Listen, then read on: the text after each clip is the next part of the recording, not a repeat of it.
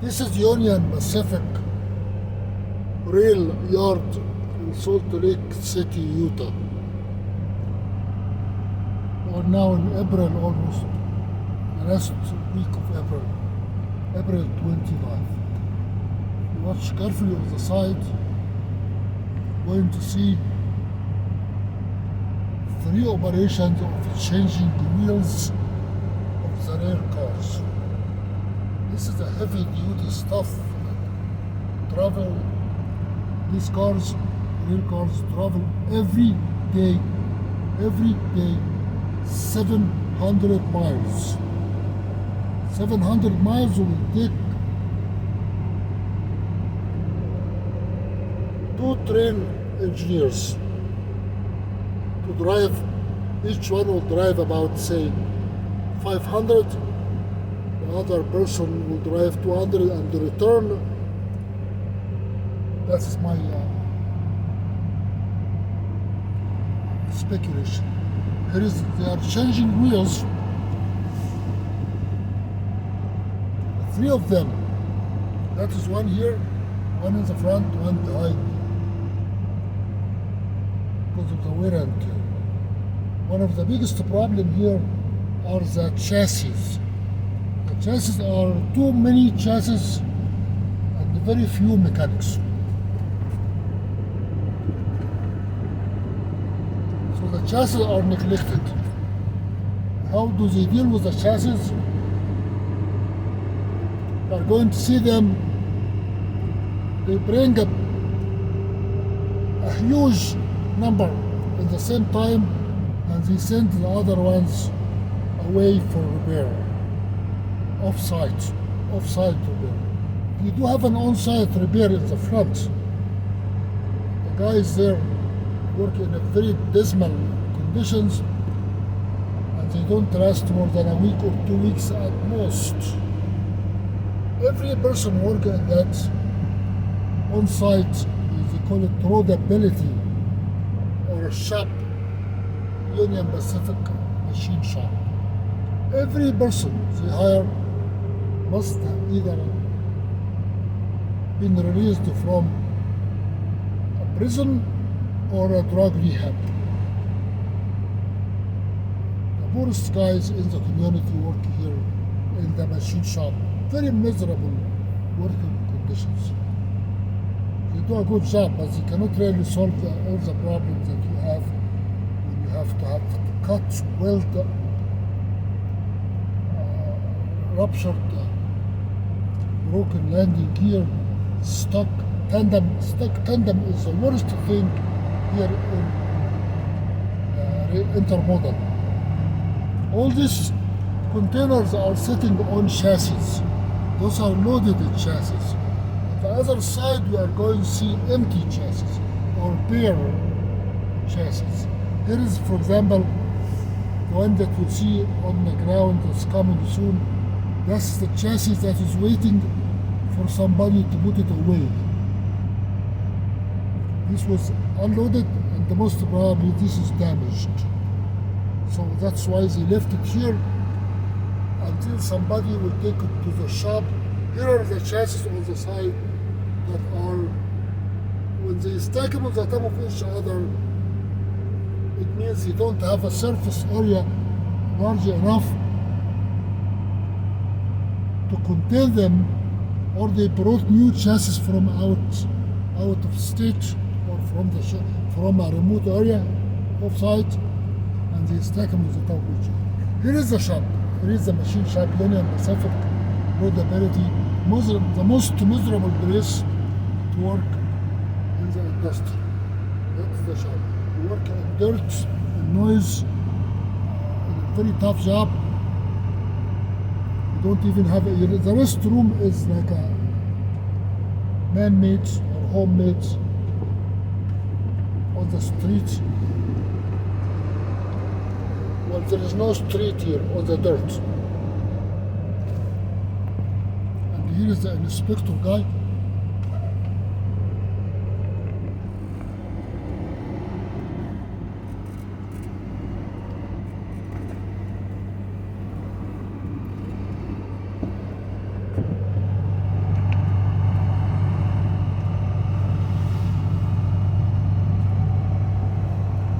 This is a repairman, a private repairman. No, but he doesn't work for Union Pacific.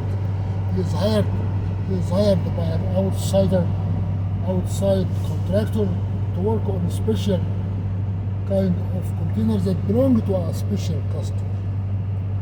On the other side, this is the outside of the rail, where the storage facilities, like private, those are private storage facilities outside of the Union Pacific Rail. Here are the chassis that are being unloaded, and they have a huge yard in the back for them. And it depends on your luck. Out maybe one in five of these chassis will be bad, and the other 4 or 5 will be difficult, but not bad.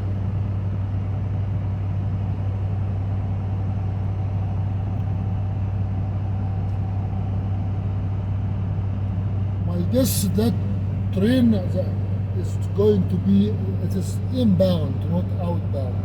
We are in the morning, so that's inbound. Here are the chassis that are being used or damaged, and here are the chassis that are stacked on the top of each other.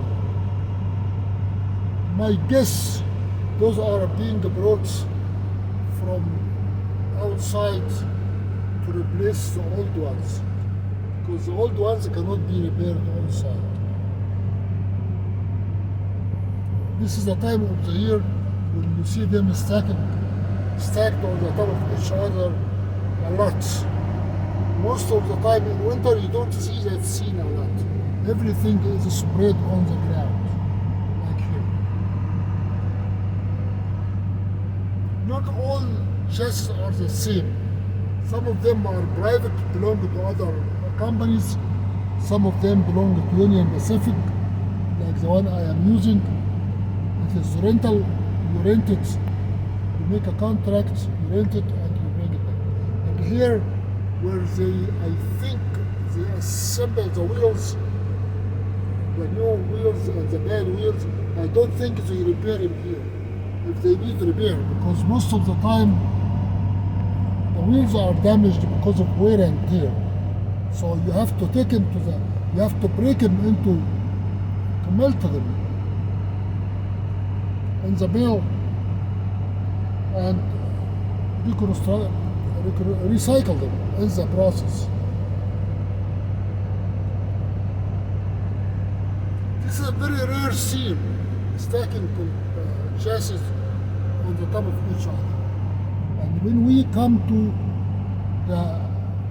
the main building, there is a crane that it was broke for 2 months, and until now they cannot fix it. But this guy is working great. When they are working, they do a great job. We're talking about each one of these cranes lift 400 containers a day from the ground to the train, from the train to the ground. And here is the inspector.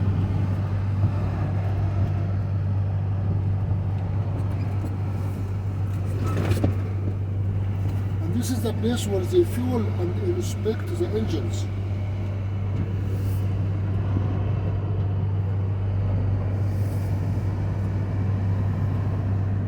The diesel engines, or what you call them, the trains, the engines that put if you look at the next to that yellow concrete block, you are going to see a slot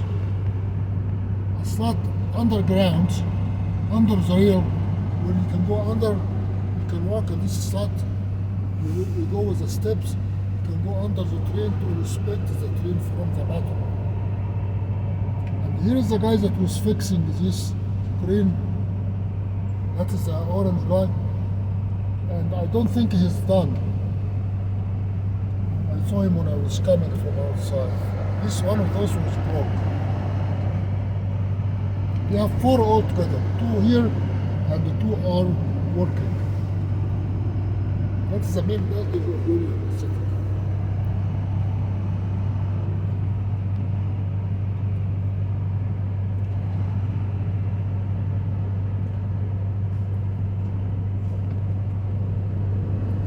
This is called the flip.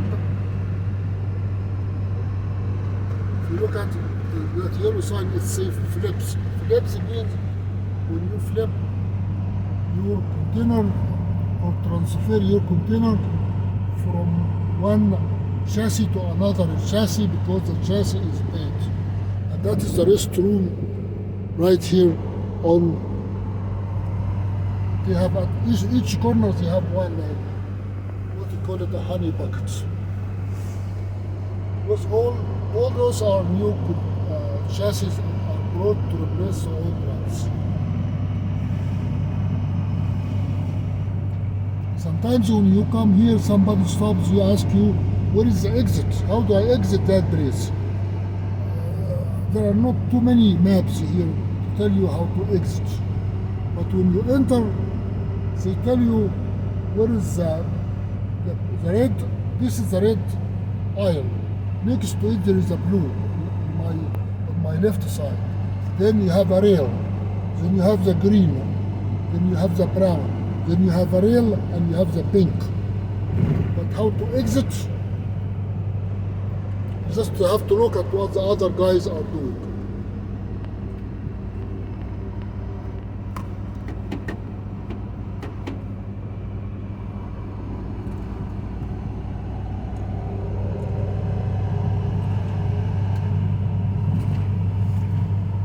Here is the entrance and the exit. There is no sign here that tells you how to exit.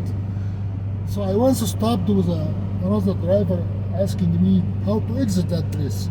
As a matter of fact, if you look at the lines, the rails are this way, so you are not going to get lost. Of course, you can keep going around until you find how to exit. But let me see if I can find the exit without having somebody telling me. Here is the exit, a very strange place. There is not a single sign that tell you how to exit. And this guy made a turn on my right side. He's almost about to hit that concrete just because he's in a hurry. It's stupid. That is a stupid way of exit. Here you have to take your time. Here is the exit. Nobody will tell you that is the exit. But that is the only place that looks like that. It is hidden between the line. In any way, the simple plan here is that the lanes are arranged parallel to each other from west to east. East is behind me where the Rockies are. That is the direction of the west, looking towards Nevada and California. That is the only plan that you can get without instruction. Of course, you have flags here. You have flags here, and the building can tell you this is the exit. But they don't put sign to tell you where the exit and the entrance are, or how to find the bathroom, or where is the shop. Everybody have to ask everybody. It's a tough place.